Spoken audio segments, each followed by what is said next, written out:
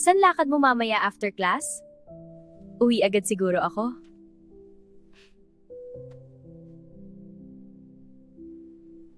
Sasama ka bukas sa tour? Ikaw ba? Sasama lang ako kung sasama ka.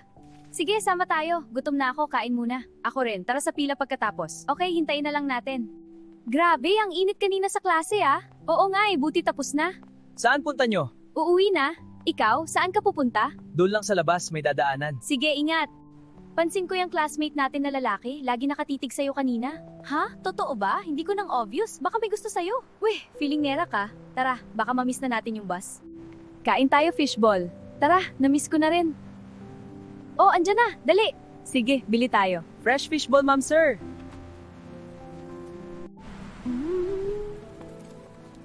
Craving satisfied.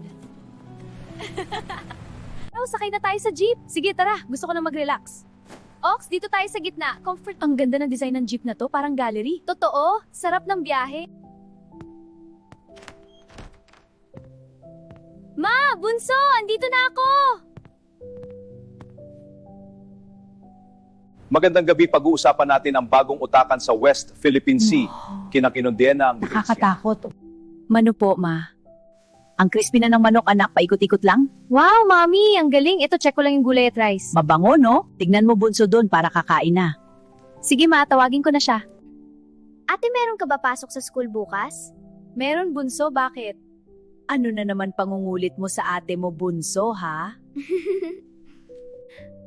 Mabukas meron kami educational tour. Sige, ingat ka lang palagi. Sama ako! Naku, makulit ka dun.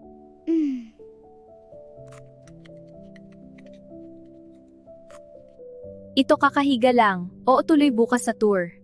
Ikaw ba? Para tong tanga, hindi naman. Imposible yun. Sige na may gagawin lang.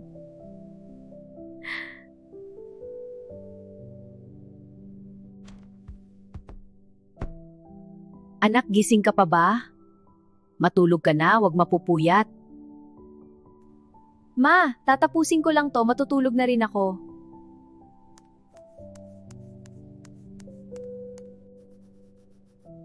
Natapos din, makatulog na rin.